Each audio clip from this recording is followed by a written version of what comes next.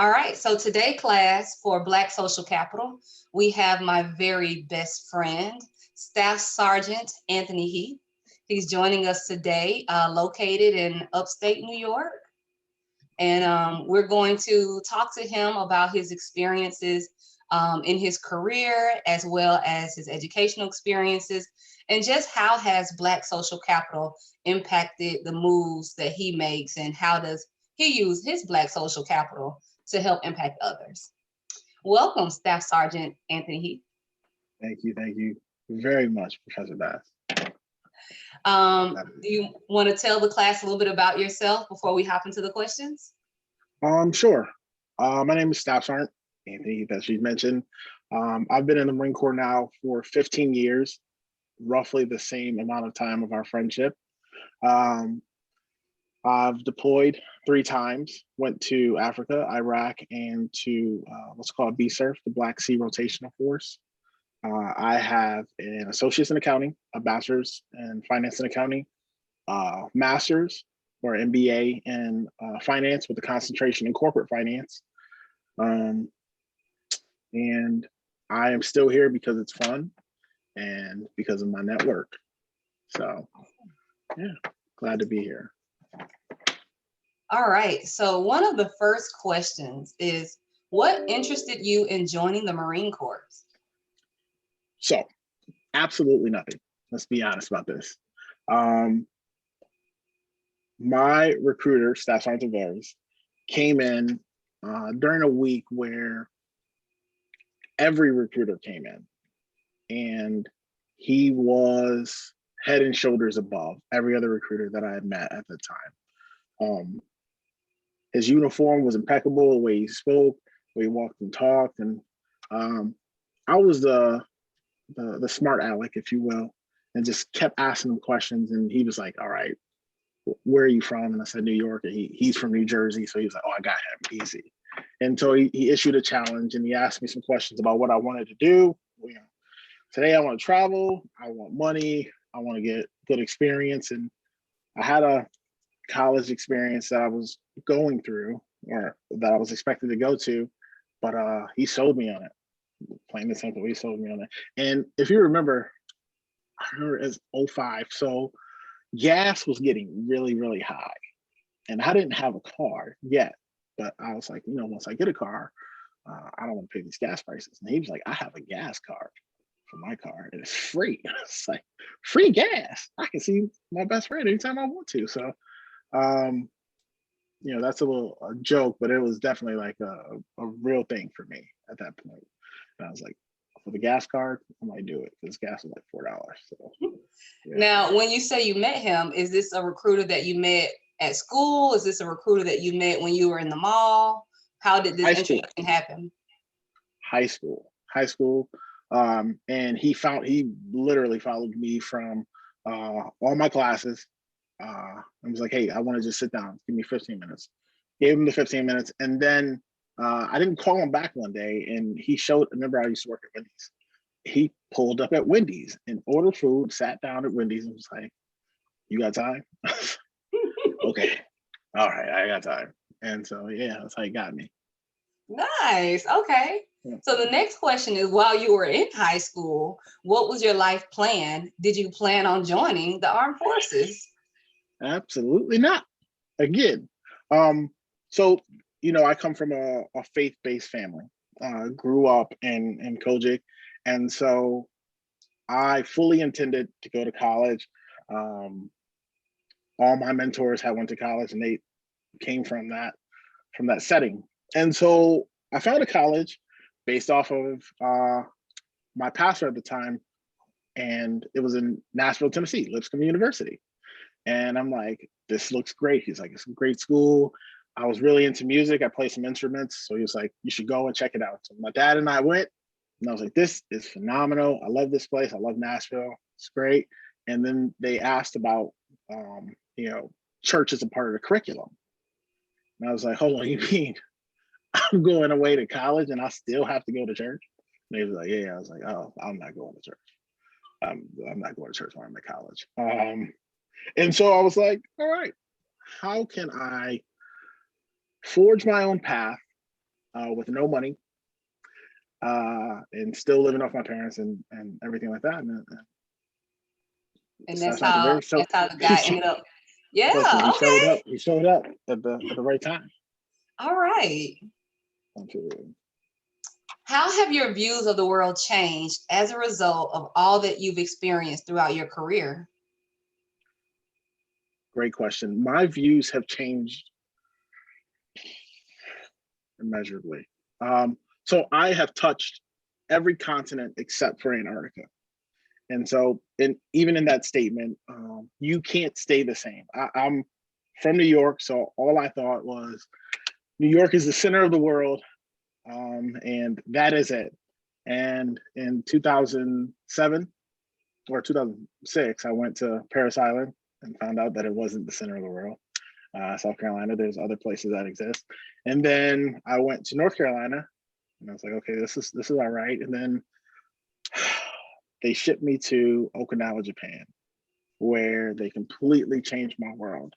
And I had experiences with people that I'd never met and didn't have any type of relationship with. I got to experience these different cultures. So I went to Okinawa, Japan, and from there I went to Guam.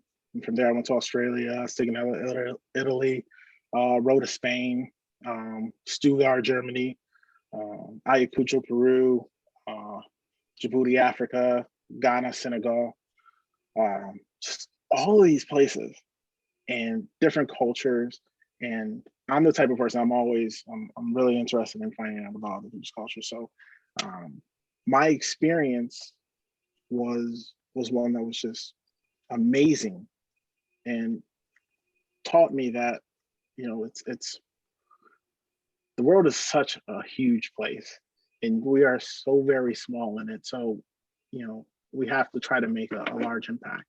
And so that's what I took from it was, okay, there's other people, other places that are smart and funny and all of these things. All you have to do is allow yourself to get to know them. And my New York personality did not necessarily allow for that at first. Of all the places you just listed, what would you say was your favorite experience? Where? So I didn't list it, but Thailand. I think I had the most fun in Thailand from a training perspective, and just everything was so cheap. So it was like I think the conversion rate at the time was 48 baht to the dollar. Okay. And so I just went crazy and bought everything. Obviously, not being very smart with my money, but that was a really good experience. Nice. Okay. Now I do have to go back right quick. The recruiter. What was the ethnicity of the recruiter? He was Dominican. Okay. Yes, Sergeant Tavares, Andres Tavares. I'll never forget him. Nice. Yes. But he was from Jersey, so he kind of had my number. He knew Okay. what it was. Have your degrees helped with your role in the Marines? And if so, how? Absolutely, 1000%. So I have the 3 degrees that I mentioned earlier, but I also have Lean Six Sigma Green Belt. I have a project under that, and so I'm certified in that now. I have Lean Six Sigma Black Belt trained, and I'm currently working on a project for that. And so primarily I work in finance. So budget, slide decks, trying to save the Marine Corps as much money as I can, contracts, acquisitions. And so having a finance degree or an accounting degree lends itself to my set of skills.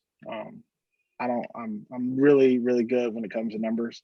And it's something that has allowed me to be promoted and recognized, as you can see in the back, often. So the degrees definitely help, but I think with anything, it's understanding your role and using what you know to affect that role is as big or small as you want it to be. So, okay. Mm-hmm. What is the most important thing that you have learned while being in the Marine Corps? Do the work. do the work is something that I tell people all the time. And I say it from a perspective of what you don't do, someone else has to do. And everyone is watching, whether you think they are or not.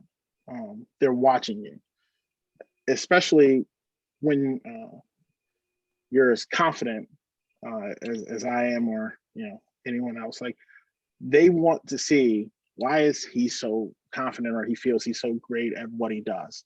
And so doing the work allows them to see, like, he is everything that he thinks he is and more, and not doing it to the standard. Right? I believe that there is the standard, and then there's below the standard, and there's above the standard. And everything that I do, my standard is higher than the baseline. And I only shoot to outdo myself. So do the work would be the most important thing that I think that I could say about what I've learned from the Marine Corps. Something that a previous supervisor told me when I was in graduate school is under promise, over deliver.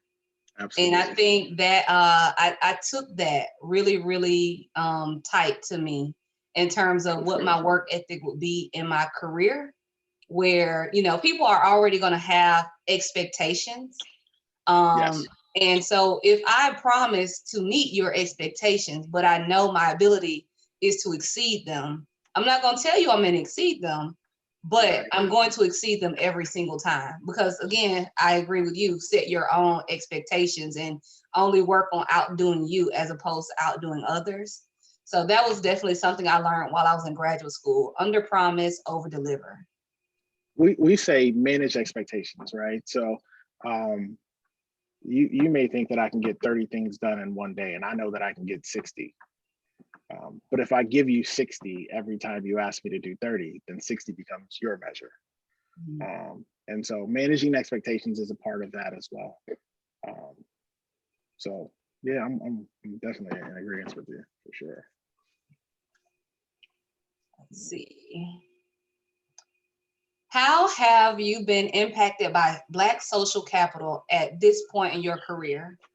It is the driving force. So I have maybe 4 mentors. They are all, I'm 6'2", about 260. They are all really large Black men. And they had to be that way because of my attitude coming into the Marine Corps. But they are the reasons that I have been successful. And I didn't really understand mentorship initially, but having older Black Marines sit me down and say, you don't have to be that way. You don't have to be so hard where you can't speak to people, or people can't look at you. And so changing, and these are people from where I'm from. The great thing about the Marine Corps is, as it relates to Black people, is that we are the same. From the way that we clean, to the way that we cook food, to the way that we listen to music. It's so interesting. I had a Black roommate, and he was like, hey man, before you clean the tub, I need you to throw some Comet or Ajax in there. And I was like, you use Comet too? Okay, so your mom raised you right. All right, I'm with it. And so all of my mentors, every promotion that I have, every award that I have, has been written by one of my mentors. Every opportunity that I've been put up for has come from my mentors. And I can always go back to them and bounce things off of them and ask the questions. And if they know someone at a place that I'm going, they would put me in contact. We talked about it last night. I got the Summit nomination, and that came from one of my mentors saying, hey man, you should really do this. This is a great opportunity for you. So leveraging that and saying, hey, this guy is recommending me and this guy is recommending me. Can I go? And they're like, absolutely, based off the word of those individuals. And they just so happen to be my big Black mentors that I can't can't physically beat. So like I had to be like, all right, I gotta listen to you. All right. That was Now, my attitude, but now. So. On the flip side, how do you use your Black social capital to impact others around you or those below you? So I specifically take Black Marines aside. If you check any of my group chats, when we just came down to Atlanta, all of my my Black Marines are with me from every unit that I've ever been to. We stay in touch. We push each other forward. We push each other in general. But for the younger guys, I pull them under my umbrella and say, anything you need with no asterisk next to that. Anything you need from me, let me know. If you don't know something, let me know. And I will give you the answer, or I will find you the answer, or I will work with you to get the answer. And it's because of the mentors that I've had. And the members above me, at this point, I make it personal to make them look good at every opportunity, at every chance that I get. If my name is attached to something that they're a part of, I'm going to do my absolute best to make sure that they're represented well. And if anyone on that team isn't at that same level, then I'm going to let it be known, and I'm going to hold them accountable. So, yeah. I would say in my career, the person that initiated my spark for higher education was my advisor over Black Student League at VSU, Ms. Rebecca Taylor. She's the director of the Office of Testing right now, but it was Ms. Rebecca, number one, that helped me graduate. In terms of like, she stayed on me. I was trying to be an amazing student leader, but it's the leadership part that exceeded the student part. And so she had to consistently remind me, to be a student leader, you have to be a good student. And the hands-on mentorship and just approach and how she assisted me in developing my leadership skills, but then also making me understand when those who want to have conversations with me that I don't want to have, sometimes you just got to sit through it. She's a Black woman. It took a Black woman to really get me to see that, doesn't matter how good I am. Sometimes you gotta, humble yourself and even just listen to what the other folks have to say. And so from there, her expertise and just like how she guided me was like, you know what, I want to be to other students what Miss Rebecca was to me. And I feel like I've accomplished that. I feel like over these almost 8 years, I've truly had the ability to accomplish the impact in other students' lives, the way how Miss Rebecca helped impact mine. So absolutely. I feel you when it comes to mentorship. Mentorship is everything. Finding a good mentor is going to be the right mentors. Sure, absolutely. I find, especially with mentorship, is that I typically want the person to come to me. I've come to every mentor that I've had and said, what do I do? Like, I am killing relationships and everywhere I go, because I'm a go-getter. I'm a doer, and I want it done right now. And not everybody works to the standard that I work to. How do I fix it? And so I look for in mentees someone that comes to me and says, what's up? How can I get better, or whatever it is? And I had a Marine come in today, and he said, hey, can you take a look at my evaluation and just make sure that I'm on point? And I've only been here for like 6 months. So to have him trust me enough to say, this guy is going to tell me the honest truth and let me know where I stand, is a testament to that. Awesome. Next question. What advice would you give someone who's considering going into the military, but also considering college? And would it mean, essentially what they're asking is, should they go to the military first, then go to school, or should they go to school first and then go to the military? There's some levels to that. If you believe that you are physically ready, because I don't want there to be any confusion. about that part of it. If you are physically ready and you can do it, I would encourage you to go to the military first. And here's why. You can get the 4-year degree and have no experience, and still get into the same rooms because of your network. Whereas in the military, you're going to get free education, and you're going to get into those same rooms because of your network, but you're going to do it debt free.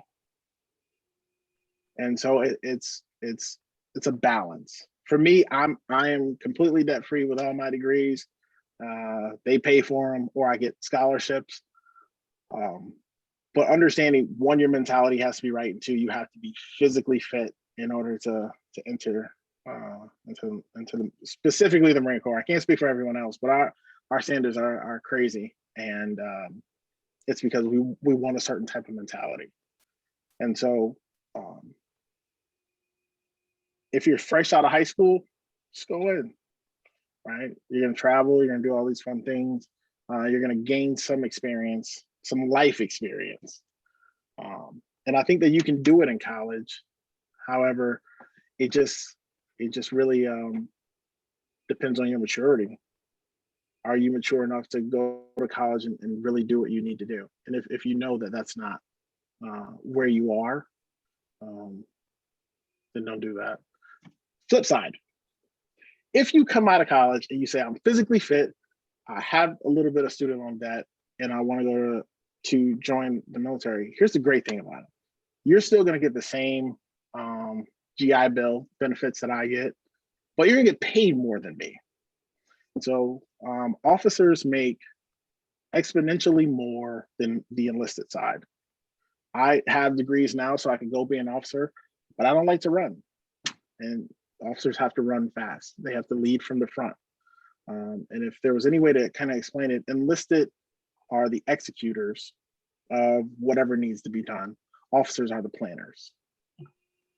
So if you want to make more money, go get the degree, then come in. And if you can physically handle the responsibilities that come with it, by all means, do that first. But if you are not at a maturity level to do that, go enlisted, get them to pay for your education, and then attend college when you're able to really make the most of it and come out of it with the least amount of debt.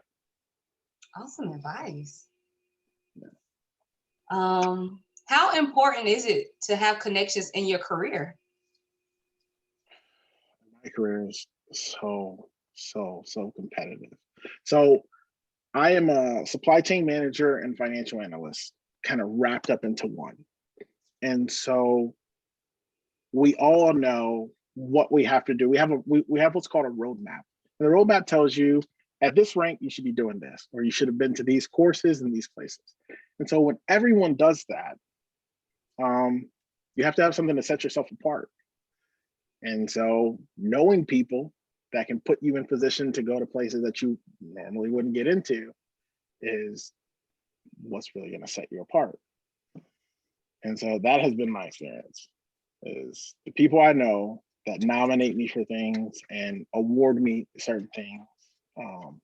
They make my life easy. They make it easy. It's like, yeah, we should promote him versus you because he's better than you. Okay. Yeah. People are willing to open doors for you. They really are. One book that I was reading recently is a difference between mentorship and sponsorship. Mentors can help you get to places. They teach you. They, are definitely more of that teacher type of aspect. But sponsors are the ones who speak on your name in rooms that you can't even access. And they are opening those doors and creating those opportunities for you. So as you grow in your career, you get mentors to help you as you're learning, and you keep mentors because we always need to learn more, and we always want to be affiliated with people who are better than us in our careers. But it gets to a point where you absolutely positively need sponsors who are willing to talk you up, put your name in those rooms, and ensure that you get a seat at the table. And I think that's not something that's talked about enough, especially among people of color. That, you know, we definitely always talk about sponsors, I mean, about mentors, but we never truly get that key of what is a sponsor, what is their role, what, you know, what can this person do? And they are advocating for you. They are really talking you up so that when those opportunities arrive, you get, you know, it's like, oh, it feels so easy to just walk through because they open that door and they set that path for you. Absolutely.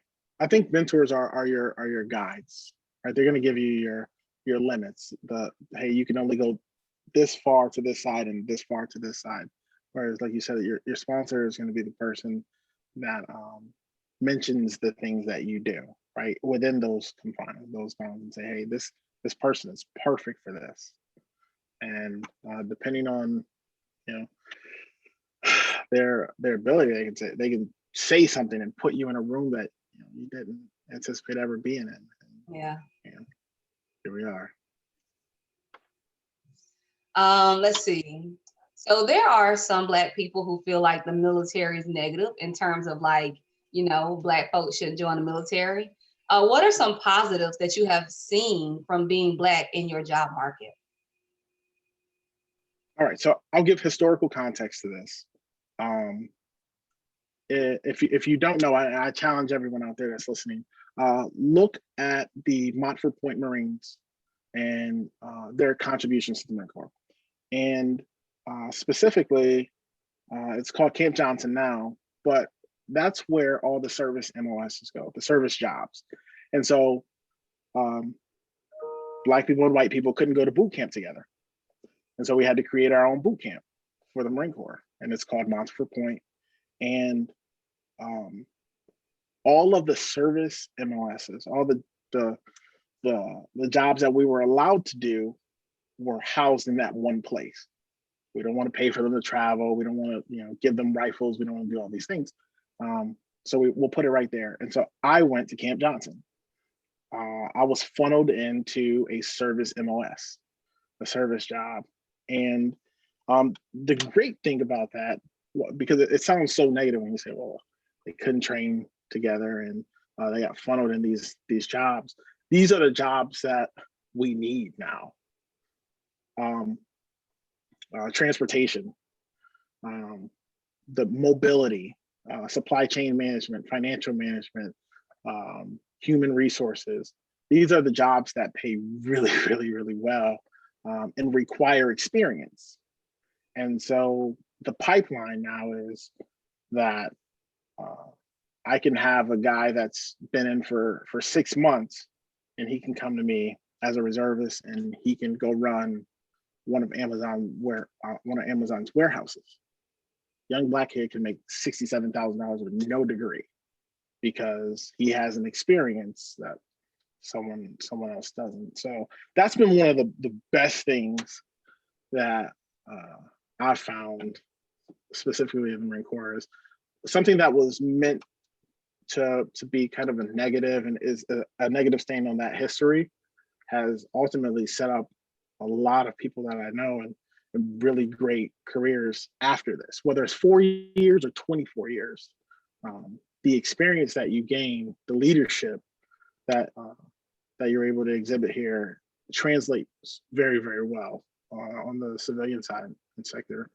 And so we use programs like Oracle and SAP that just, you have to pay 10 grand to get this, or you have to pay 10 grand to get a secret clearance, when, hey, I got a top secret clearance. So okay. I paid nothing. Yeah. Final question. What motivates you every day to continue your career, your success in your career? What motivates you? I'm here now. I'm at 15. So I have 5 years to retirement. I'm 33, I'll be 38 when I retire. They pay for my school. But the thing that motivates me is that I have 2 kids, two beautiful, beautiful children. And I want to be able to give them, as me and Professor Bass talk about all the time, generational wealth. Like, that's generational wealth is the goal, be able to pass something on to them. So my retirement, my experience, every degree that I get or that I go for is super important. And so they're the biggest motivation that I have. I wake up every day understanding that I have a responsibility to them. And then more so, I have a responsibility to the Marines that are under me to guide them. And so as long as I can do it, and I mean that as 20 years is the mark, I'll do it for 20 years until I'm done. As long as I can do it, that's something that's really important to me to keep doing and make sure that I'm successful. Awesome. Well, thank you so much. Thank you for having me.